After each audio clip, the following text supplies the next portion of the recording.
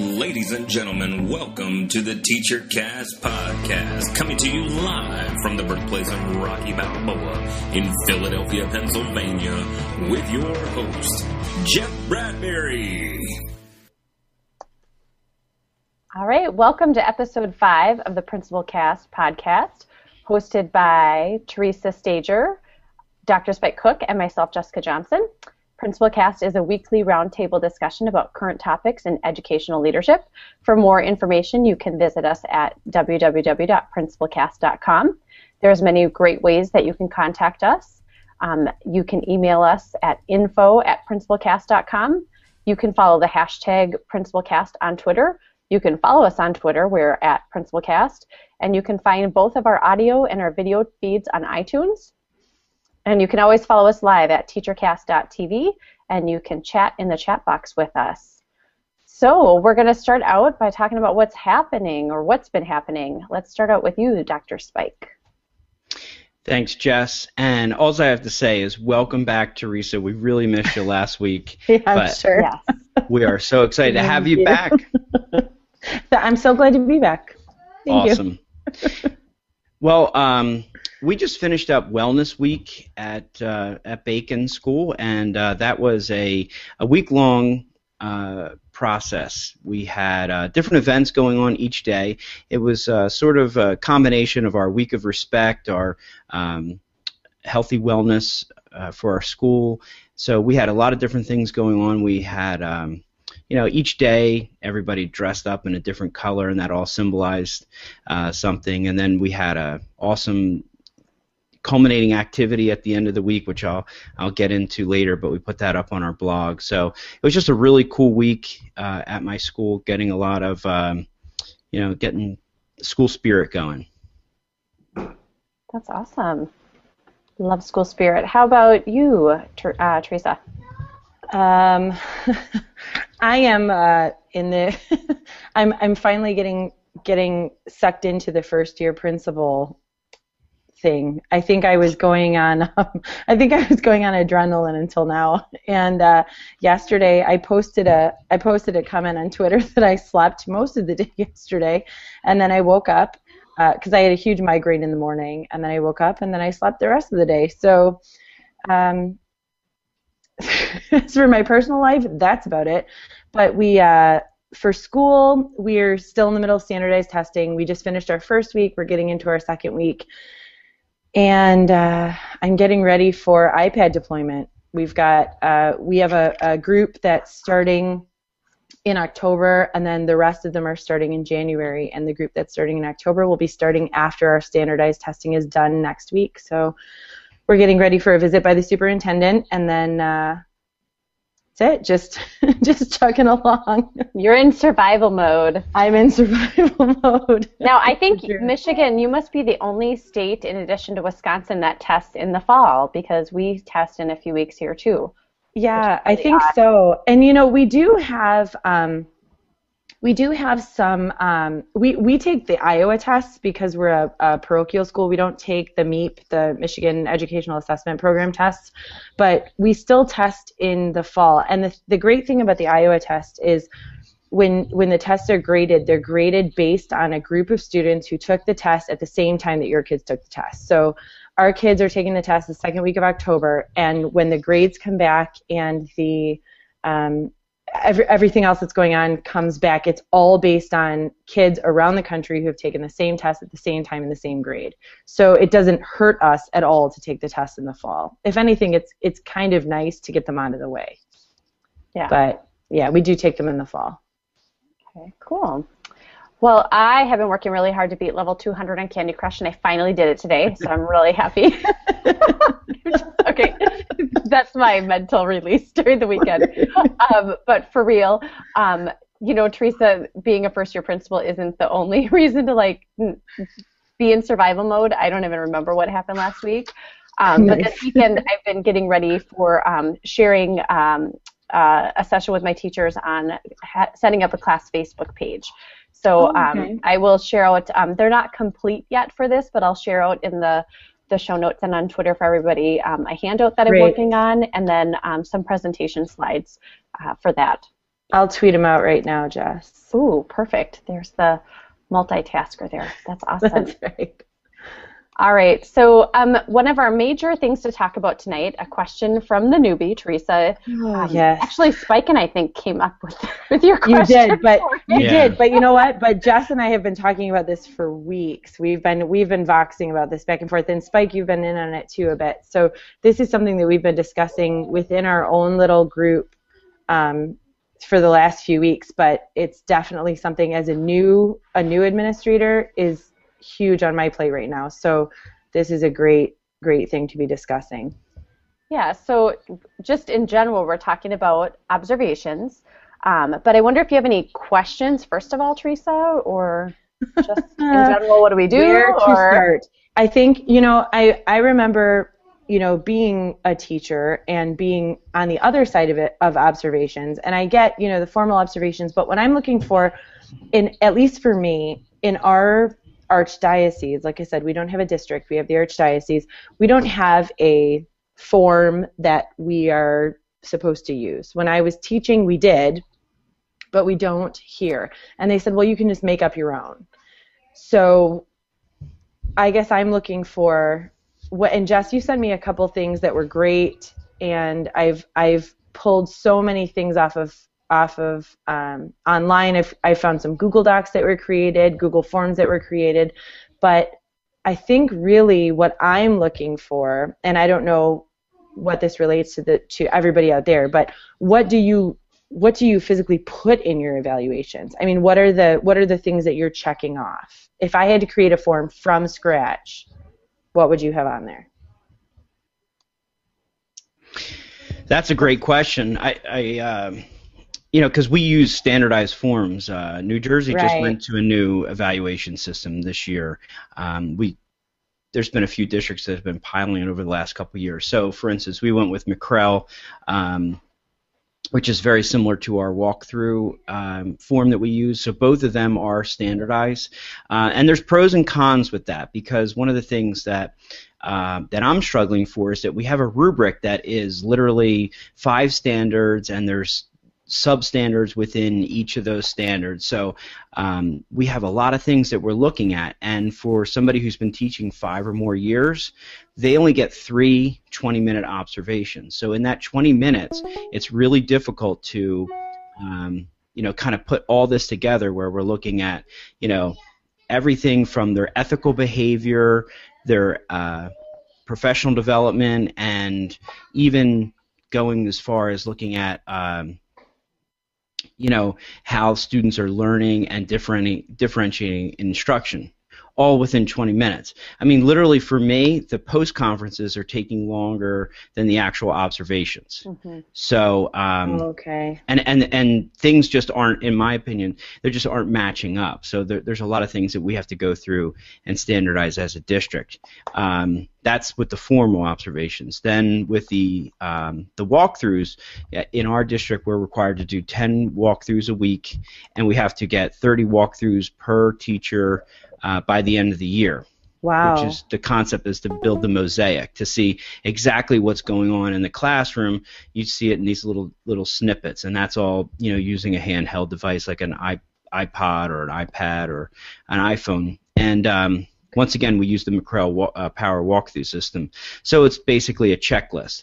The formal observation has become somewhat of a checklist as well. I mean, most of it is a rubric, because when I used to do observations with our former tool, I probably typed for 35 minutes straight, just trying to capture everything, almost like a court stenographer. And with this new system, you don't really have to do that. It's more of a rubric base. So, like I said, there's pros and cons to that. I'm curious to see what Jessica has to say, because what I've been struggling with is, where does the coaching come into this? Utilizing the coaching hat, how to help people get better. You know what, Spike? Before we jump to Jess, the McCrell system, is that a subscribed service? Is that something you guys created? Oh no, that's something that we subscribe to. Yeah, it's like it's through McREL, who does classroom instruction that works, technology that works. They're out of Denver. So our state had the opportunity to. You had to pick. I think there was 4 or 5 companies that got the contract. One was Marzano, which is. Like Marzano used to work for McREL. He has his own thing now. And then there's this, I forget what the first name is, but last name is Strong. And then there's Danielson's model. And I think there's another one, but I'm not exactly sure. So, but they all seem to have very similar there's Marzano's another one. Yeah. They seem to be similar in what they're looking for and how they're looking for it. Well, and I would recommend, Teresa, starting with whatever I'm sure you have teacher standards. We have state standards. Yeah, I mean state standards for the teachers. Right, we do, yes. Because most of our forms are based off of what our teacher standards are. Okay. When I'm in doing an observation, I'm, typing in under each standard what I'm seeing that goes along with that standard. Okay. So Jess, are you looking? I guess my question for you, taking this a step further, is: do you have a a standard form from your district, or is it from like an outside company? Yeah, we use the model that was developed with Dr. Strong. He's actually from the East Coast, but it's the model that our district has adopted, and many other districts in our state have gone with that. So there are forms that we do have to use for both formal and informal walkthroughs, but I get into classrooms far more than that because our requirements are only 2 formals and 2 informals. So in addition to that, I just email or give narrative feedback in person. Yeah. So I can't really help you with the form there. I actually hate forms. I don't like checklists or anything like that, just because I personally don't like having that, bean counter mentality of, checking off that they've done this or that or missed that, because your great teachers if you leave their room after 8 minutes, they're going to say, oh, well, you didn't check that off, but I did it like 2 minutes after you left. You just didn't see it long enough. And so personally, I can't handle the checklist. Okay. That's interesting because I was having this discussion with a few people this week, as we struggle with this new evaluation tool, and you almost get to a point where you want to say, maybe we, split the teachers into a couple different categories, like they're secure or they're, on watch or something like that. Like the ones who are your great teachers, the ones that consistently go above and beyond, you're exactly right. Like what's a rubric really going to do for them? They're always going to be striving to be distinguished or go, whatever the highest is on your rubric. So they're always looking for improvement. So the fact that they almost like supersede the rubric, they want feedback more from the person. I don't know if you found that to be true. And then those who, you may have to, if you have some concerns about them and their teaching, that's where I think the rubric comes into place, because then it is a standardized form. Mm-hmm. Yeah. I just some other tips. It's not necessarily like on the actual form, Teresa, but I just shared out a blog post I wrote back in July on tips for formal observations. And this won't help you right now in this moment because it's after the fact. But before the school year starts, I create a schedule for the whole year already, so I can space out. During this month, I'm going to observe formally, these people. The next month, these people, and I share that with teachers at the beginning, because then if I get busy and I forget, usually they'll remind me, like, oh, you haven't observed me yet this month. So that helps me kind of keep track. And then I do also, I keep that in my Tickler file, so I pull that out, every few weeks. And I do send out a reminder email at the beginning of the month of, just a reminder, you're up for your formal observation this month. I ask them to schedule that either with me or they go right to my secretary. And as we're scheduling the observation, I schedule, in the same time, I schedule the pre-observation conference and then the post-observation conference. And I try to schedule that post-observation meeting on the same day if possible. Oh, okay. I used to wait until I got everything typed up, which would take days or a week. And then by that time, like, it's not fresh in our minds anymore, and it's kind of like, what's the point of meeting a whole week later on what you observed? So I try to meet as soon as possible afterwards, and I don't have the paperwork all done yet, but the conversation really leads into more of what I need to complete on the form. And really, I really make it a point to make the conversation more important to me than completing the paperwork. Okay. Jessica, that's really good. I mean, I just started doing some of that this year, and I found that it was really helpful. Like, because with me, I have 30 teachers that have to be observed at least 3 times a year. So you're talking about 90 observations, and I can't literally do all those myself. So I have different supervisors that are helping me. So I made a matrix, and I sent it out to everybody, and it was really helpful for them to see like what cycle. We just split it into 3 different cycles. And then at least they knew what was happening. And then same thing that Jess said is we set up the conference, but we didn't set up the post-conference. And I think that's really good that you do that right on the same day, because there's really nothing that's stopping me from doing that other than just trying to, quote-unquote, get myself together. But I think you're exactly right, though, Jess. The notes that I do type to myself can be shared, the conversation can happen, and then I could always email them and say, here's the evaluation, results, and then, have that conversation if they needed it. So I like that, Jess. Yeah, and that took me until my 5th year to figure that out. I just started doing that last year. And are you doing all your observations yourself, or do you have anybody else? Nope, it's me. I'm a one-man show, just like you. Well, I mean, I can say that I do have help from my supervisors. How about you, Teresa? Okay. Are you doing all your observations yourself? Yeah, it's just me, but I don't have 35 teachers. There are 11 in my building, plus a few, teachers who are helping out and whatnot. But it's a smaller amount. But yes, it's just me. You know what I do? I do have to take that back. My special ed director does do half of the observations. So on a special ed teacher, nice. I will do one, and she does the other. Okay. And that really is because I'm a little territorial of my staff, and I still want to observe them. Right.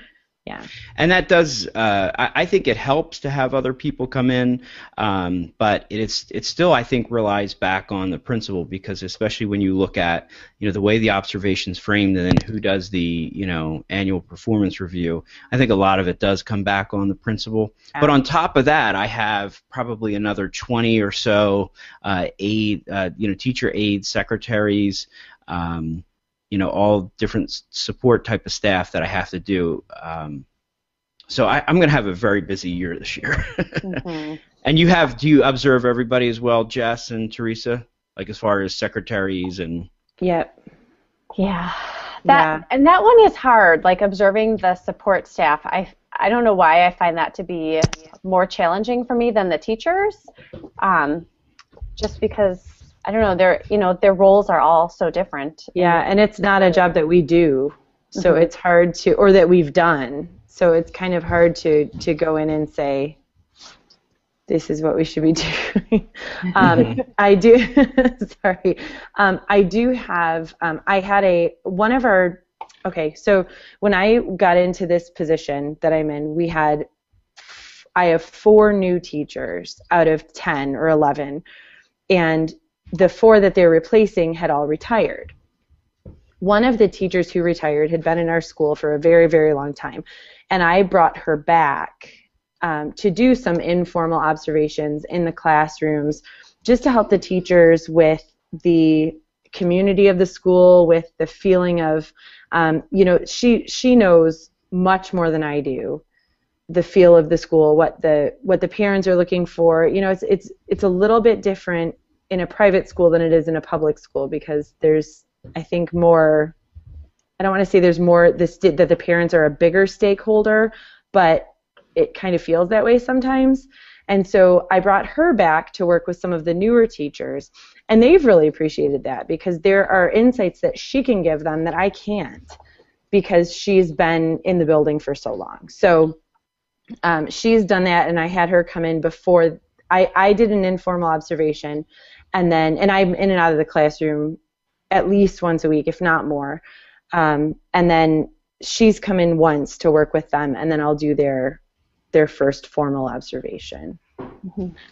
Well, and I guess you haven't said anything about this or asked this, but one question that I often get from principals on, having a coaching mindset or how to give feedback if you've never taught that grade level or taught that content, or maybe you're an elementary teacher and now you're principal at a high school. Right. I always tell this story that somebody challenged me on this, and I went to a high school German class. I observed German 3, where they spoke all German the entire class period. So I had no idea what was being said, but I could observe every single teaching standard in there other than the actual content, because they could have been saying that I looked stupid that day. Who knows what they were saying? But I could observe everything else. And if you really think about it, even if you don't know the content, you can get classroom management, you can get procedures, you can get how they're engaging students, you can see, what students are doing independently. You can see everything. And I just think of it as asking them questions to find out the things that they're doing, even if I don't really have I'm not an expert in their area. Mm-hmm. Good coaches ask good questions and get the teachers reflecting. And Jess, I like how in your post you set up the pre-conference. We used to have a form, and then with our new evaluation system, ironically, we don't have a form, so it's more of a discussion, which is okay. I'm less paperwork. I'm okay with that. But what I think you have six items here. Basically, what are the objectives? Describe the population. What am I going to see? How will student performance be observed? Is there anything specific that you want to receive feedback on? So I really like that. And how do you feel that your teachers communicate with you? Do they give you what you're looking for in the Yeah, well, and I had used a form very similar to this for many years that I had created, and with our new form, we just changed some of the questions, so it's still kind of what they were used to, and they completely fill it out. And it's not always filled out before we meet. It is a form that they have to in our system complete eventually. The biggest thing I really look at is what do they want me to give them specific feedback on. Sometimes they'll say, am I calling on more boys than girls, or am I getting around to all of the students, or this student is really got some behavior issues. Do you have any suggestions on how to handle this? So I get more out of that. In terms of like the one question that I even hate that's in there, describe the population of your class, and I already know all their classes. I've already been in there most of the time, so that's kind of a silly question to have in there, but yeah. Well, I think when you're looking at maybe some of the specifics, and I'm sure all three of us are in classrooms as much as we can, but just to know the specifics about what you're what the class is. I think it's an important, definitely an important conversation. So, but I notice on here that you don't have anything on the post-conference. Oh, I don't? Really? Yeah. What do you do at the post-conference? In the post-conference. You just let them go? Nothing. Yeah. Good luck. Now I see a part 2 to this post. Oh, good idea. Good idea. Now I've got a blogging assignment. I really use the ORID framework, and I can share that out too, of questions, and just asking reflective questions. And, more often than not, it's what went well, what didn't, or is there something that you felt didn't go well or you'd like to do differently. But I use those ORID questions based on where the teacher is at. Do they need to be reflecting on something? Are they based on something that they want to change? Is there a decisional question to help ask them? And more of the conversation, I try to have them do more of the talking. Me doing 20%, them doing 80% of the talking. I'm just asking questions. Okay, yeah, I'd love for you to send that out, because that's, once again, we don't have a post-conference form. We used to have that, but I'm finding that, reviewing the rubric has been taking a long time, and it has a lot of, a lot of opportunity for conversation. Yeah. So how about when observations don't go well? Oh, You know, first of all, one is when you know it's somebody who it's just not going well. I've said before, like, oh, that didn't go so well. I'll come back another day. Or if it's somebody who you know has been struggling, that's where this process comes in to help give teachers support, or unfortunately helping you do the documentation that you need to do to make some difficult decisions. Yeah, what do you think about that, Teresa? I know that you're just getting started out, but do you anticipate maybe having some observations that may not go well? I hope not. It's always, if there was anything I learned doing my internship, my administrative internship, it's that you have to have as much documentation as possible when doing anything, because should there be a time where it's a little bit, I don't want to say easier, but it's not as difficult if there is a difficult decision to be made, because we don't have a union. There's not, our employees are at-will employees. So, as long as you've got ample documentation and observations that show a reason that a difficult decision would have to be made, then yeah. So one of the I think the backdrop of this discussion is the how do we do this in the 21st century? So it's we're continuing on with Connected Educator Month, and right. We're always taught to think outside the box, challenge the process, question what we're doing, and basically for all intents and purposes, are we doing the same thing the principals have been doing for the last 100 years? And I wondered where everyone stood on, now that we know, where we are within the 21st century, are these still viable, and should we be looking at different ways of doing it? Mm-hmm. Well, I have many thoughts, and I'm not even sure where to start. I think in the school that we grew up in, teachers stayed forever. Nobody ever was let go, or teachers didn't improve. I can think of my social studies teacher used the same ditto worksheets that my mom had when she was with it. My mom was not a young mom, so I'm not. If there is poor teaching going on, I do my job to help improve it. But I don't want to sound like some principal on the dark side that I'm going to get rid of teachers. I've actually found the process to help teachers really improve. Even though there were some difficult conversations and an improvement plan, and still seeing teachers improving. And a book that comes to mind right now is Never Underestimate Your Teachers by Robin Jackson. And just some really great stuff on there and I'm trying to think of the quote, but it's something like your school is only as good as, I don't know, your worst teacher or something, and what's even more important is as a principal, you're only as good as how you handle your worst teacher. Okay. I probably botched the quote, but it's our job to help give those teachers support, help give them the specific feedback that they need to improve, give them opportunities to improve. So do you think that we're just continuing the following in the footsteps of our, the people the principals that came before us, or are we changing anything? I would say we're changing things. Principals I grew up with were never in classrooms. I agree. That's true. Yep. Yeah, I agree. I mean, I think that's a big part of it. Our presence, in the classroom. I think I heard a stat at one of the workshops I went to. They did some research in New Jersey, and they found that about 35% of all observations were done from the principal's office. And we were in an administrative meeting not too long ago where a supervisor said, "I've talked to 5 people." And they said that they haven't even had an APR in the last 5 years, like an annual performance review.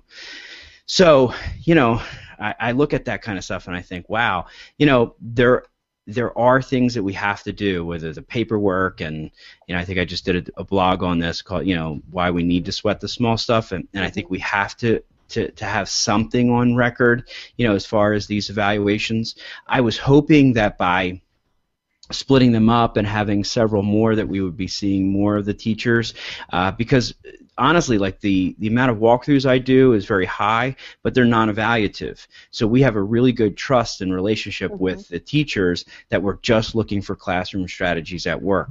So we have to be very careful when we start to take a look at, well, yeah, we're in there a lot, but we're in there under the right purposes. So, I mean, I just think, and I think that we utilize the technology, which really helps.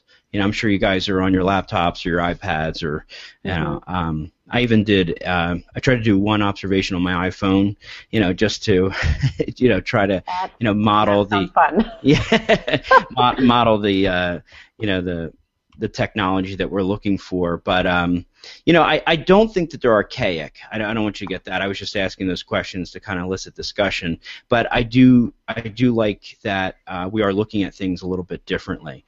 Now, Teresa, when you say that you have like at-will employees, does that mean that like at any time you can just say thank you and send them on their way?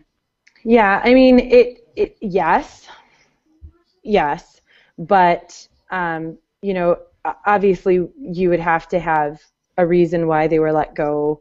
But it's like they're on one-year contracts, but they're still, even in their contracts, they're at-will employees, and I am too. So, yeah. Okay. Yeah. Well, real quick, I was looking through Twitter, and Cyberryman sent us yes.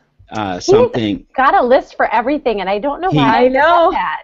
He has a list on observations, walkthroughs, learning walks, instructional rounds, and walkabouts. So I just retweeted that out, but I just wanted to thank Jerry for chiming in with that. So he has all different kinds of things, tips on peer observations, classroom observation protocols, what are we looking for, so many different things that are going on. So I like the fact that he sent that out to us. And you know what? I tweeted out the links for the Facebook presentation I'm working on, and then he tweeted back, I'm going to add this to my Facebook page I'm like, why didn't I check Cyberryman for resources? I know. Like crazy. We should have looked there first. Yeah. I don't know why. I always forget. I know.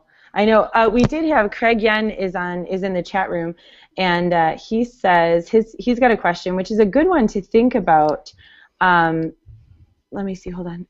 He also says that Cyberryman should be our first location whenever doing anything. I know. He said, why are principals so much more prevalent in classrooms nowadays rather than previously? Do you think it's because of accountability? Oh, well, sure, but it's good. We're getting the focus on student learning, not I taught it and they didn't learn it. We're leading the way and making sure that teachers are focusing on learning, and times are different than they used to be. Yeah, I wonder which accountability he's looking for, because you know what, if you think about it, was there a concern about administrators and their ability to do observations, make it instructional based, and I've talked with a few administrators, at least in my district, to say, well, we all went to graduate school, but we didn't all necessarily pick up on the same things. So now, you're almost legislated to do your walkthroughs, look at things in an instructional way to make sure that this is happening. So I think it goes both ways, that there's a higher level of accountability for us as administrators, as there should be. And Absolutely. I would say too, to teachers, would you really only want your principal in for that formal observation? Because what if it bombs and that's it? There's your observation. You're out of luck. Yeah. Good luck. There it is in your record. Okay. And then Craig just asked, can a good principal be one who was never in the classroom? Is there an observation course within graduate school to be able to lead or manage staff? That's a good question, Craig. And I've actually, again, I go back to, I don't know. I know a counselor who is a great principal. He wasn't a teacher, but but again, he looks at his job as being a coach and leading with a coaching hat and asking teachers. And, you learn from your teachers in your building who you can see who are the best teachers, who are making the greatest impact on their students, and learn from the strategies that they're using and be able to share those strategies with the rest of your teachers as well. Yeah, and I think that goes along like what we talked with Teresa about, from her coming from the music end of things and being able to get into administration. It's not that she can't, observe, math and language arts. I think she, I think, but that's definitely a good question. And Jessica, earlier you were mentioned never underestimate your teachers. Mm-hmm. Excellent book.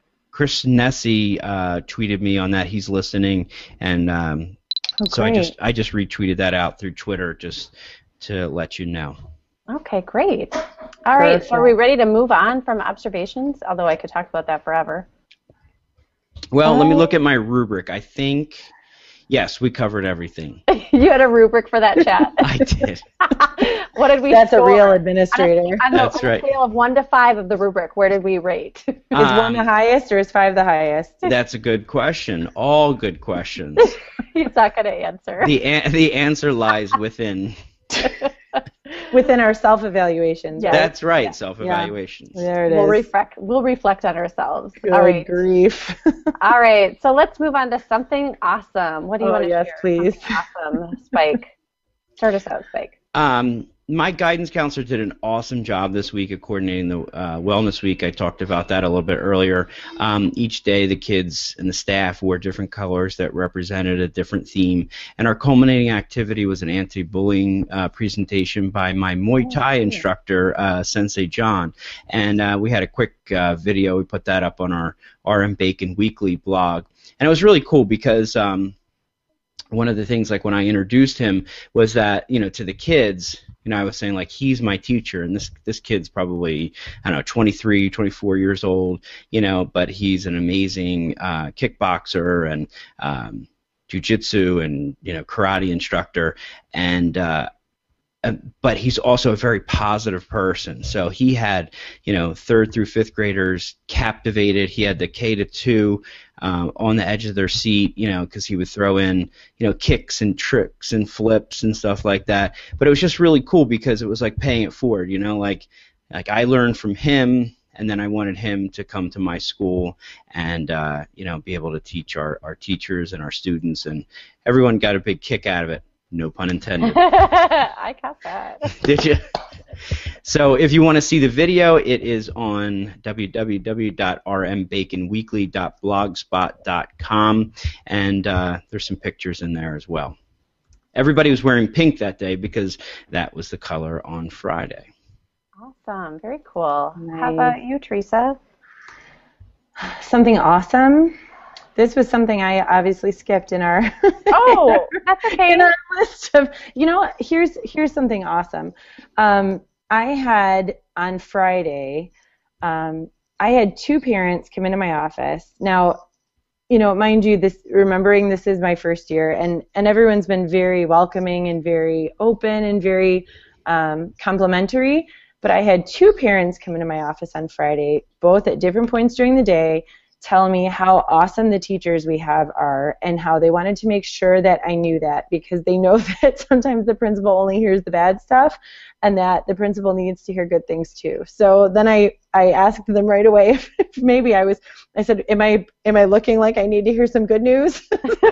I'm starting to feel a little bit uncomfortable. But that was really cool because sometimes when you're dealing with teacher observations and you're dealing with parents or stakeholders who are concerned about, especially with Iowa tests and progress reports just came out, and with everything going on, it was nice to have some positive comments about how wonderful our staff is. So that was definitely something awesome. That is awesome. All right, well, I want to share, I didn't have anything until Melinda Miller tweeted out tonight, so thankfully for her I can share this. For Connected Educator Month, she put up a workroom or a bulletin board in her staff workroom that shows, it says follow us on Twitter, and it has a schedule of chats. So she shows right there, Sunday night at 7 p.m. is first chat, Monday night is math chat, Tuesday night is ed chat, and has I'll tweet this out to show Oh this. yeah, I already did. I sent it out through the principal Okay, perfect. cast. And then it has there's 2 QR codes. I'm not sure what they both are, but one of them is for a video showing how to join in on a chat or how to at least follow a chat. So I think that's a really cool idea, and I'm totally going to steal this. I steal a lot of things from Melinda, so why not? She's amazing. I was actually going to try and figure out how could I just print out her picture and just blow it up and put it on the bulletin board. So it'd save me a lot of time. There you go. That would be something awesome. No, that is really cool. I'm looking at that right now, and it's just so easy, and it's obviously it's geared at those who probably aren't on Twitter, and that's really cool. Yeah. All right. So moving on to keeping current. Spike, you had something that you recently read that you wanted to share? Yeah, and it'll lead into our principles to follow. So basically, I'll just sort of combine this for the sake of time. But I just read a neat post by a principal that I just started following from New York. He is at John Falino 1. That's at JOHNFALINO 1. He's a high school principal in Dobbs Ferry, New York, and he went through and talked about like what are the most important aspects to being a principal, and referred to a post that I wrote about, I don't know, one of my earlier posts about what does a principal do all day when I had a conversation with my friend. We sit and drink coffee, put our feet up. Yeah. Sorry. So it's a joke. Exactly, that's what we do all day. Did you see, Spike, before you jump in there, did you see that I think it was the National Association of Secondary School Administrators has every day they've asked students what a principal does all day. Yes, it's adorable. I think No, I didn't see that. Oh and my gosh, is. I follow them on Facebook, and every day it's some kid's thing, like he sits at his desk and sings, like really fun. My dad was asking me what a principal does all day, and so I keep tagging him in all of those because I'm like, Dad, look, this is what I do all day, and it's like draw pictures of they're hysterical. If you haven't seen them, I'll try to find them and tweet it out. But oh my goodness. That's sorry, we hijacked your conversation. Yeah, sorry. No, that's okay. Back to you, Spike. Oh, thanks. So John goes over. He has a list of keeping, your eye on the ball, like obviously number 1, safety and security, 2, building management, 3, instructional leadership, 4, getting inside the classroom, and 5, focusing on students. So, so pretty cool. I would recommend everyone to take a look at that.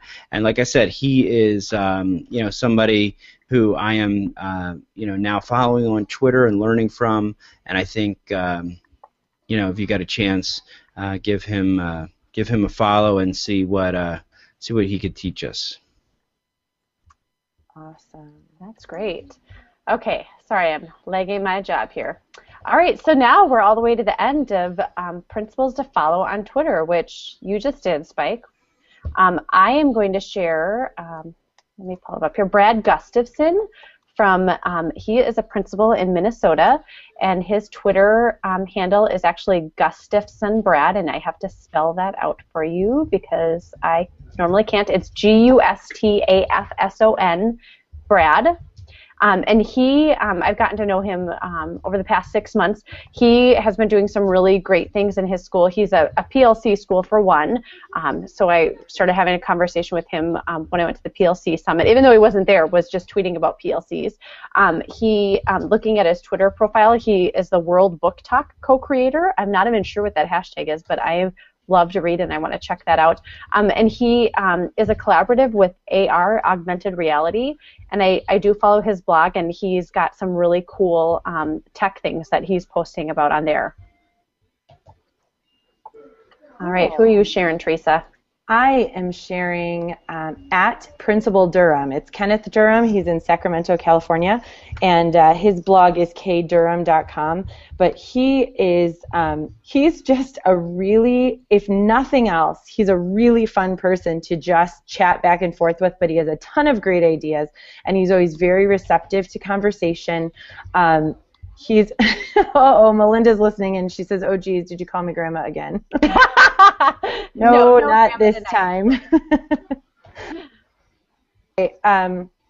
Like I said, Kenneth is just a really great person to follow. He's super nice guy, ton of great information. So I've just tweeted out all of our follows for today, and so if you guys want to go ahead and retweet them, I tweeted them out on the Principal Cast Twitter. Oh, I just did that too. Must have been working the same time. Oh, that's funny. That's great. People are going to be confused now. Well, I think it's cool. I mean, I think it might be a bit random, and then people will start saying, "Wow, I got a shout out tonight on." Yeah. So I think that's pretty cool. And I don't always. And the good thing is, like so far, like I think each week I've been able to follow somebody new that I wasn't following before. So yes. I think that's pretty cool. Yes, and that's one of the ultimate goals, of course, is to get everyone to follow someone who they haven't been. In fact, if it wasn't for Jess, I wouldn't have met Dr. Spike Cook, and if it wasn't for Melinda Miller, I wouldn't have met Jessica. So see how great it is that we can all, let's see if Melinda's still listening. And of course Jeffrey Bradbury. Yeah. None of us would have met Jeffrey Bradbury had we not. Yeah. Jeffrey Bradbury at TeacherCast. Yeah. Well, and, this isn't a person to follow, but if you haven't already, I would encourage all principals to follow or join in on the CP chat on Wednesday night this week. For Connected Educators Month, there's a scheduled chat every Wednesday. And I was late last time because I am delayed in time zones, but it is at 8 p.m. Eastern Time. And I'm going to help co-moderate this week, and it is on getting recognition for informal PD, like connecting in online networks. So that should be an interesting topic. All right. Cool. Well, okay. I think okay. Wait. Hold on. You guys may have to help on this one. Christopher Nessie put in the chat TGFJB. Anybody? Thank goodness. For Jeff Bradbury. Oh, there you go. Well done. That is right. Wow, I am so proud of myself for figuring that out. Thank God for Jeff Bradbury. Oh, and he typed in, well done. Well played. Yes. No, we could not do this without Jeff Bradbury, because our first podcast was just Teresa's face and a little bit of audio, I think. And it was frightening, yes. It was very frightening. Please subscribe to teachercast.com oh goodness, I'll start again. Please subscribe to teachercast.net/YouTube for this and other great educational programming. We are 2 away from 500 subscriptions. Way to go, Jeff. That's fantastic. The edgy daddy. The man, the myth, the legend. And with that... All right. Yeah. Well, this has been a great chat. We'll have to figure out what we're going to talk about next week, or try to get on somebody awesome to join us. I'm working on. We've working got on quite scheduling Todd Whitaker. We have quite a list of possible topics, and I think we'll tweet out the Google Doc to have anyone out there add things that they want to help us talk about. Anyone who's looking to find the Principal Podcast hosts, Spike is at Dr. Spike Cook on Twitter and www.drspikecook.com. Jessica can be found at Principal J and principaljay.net. And I can be found at Principal Stagger and principalstagger.blogspot.com. And we will go ahead and tweet out the Google Docs suggestion. And by that, we mean Teresa, because she can multitask and I can't. That's right. I will do that, of course. So I'll take care of that. Of course, thank you to Jeffrey Bradbury at TeacherCast for being our man behind the screen. And please click the banner to the right and join our broadcasting club on Google+. I didn't even know we had a broadcasting club. But that's oh, now I see it. There it is. Stay updated with your professional development and click to subscribe to TeacherCast Educational Broadcasting Community. Way to go. So thank you, everybody, and I hope everyone has a great week. Spike, enjoy your day off tomorrow for Columbus Day and Canadian Thanksgiving. All of the Canadians out there listening, happy Thanksgiving to you, and enjoy your holiday. And don't forget, you could follow us at PrincipalCast on Twitter. Follow the hashtag PrincipalCast. Email us at info@principalcast.com. And, of course, our website, www.principalcast.com.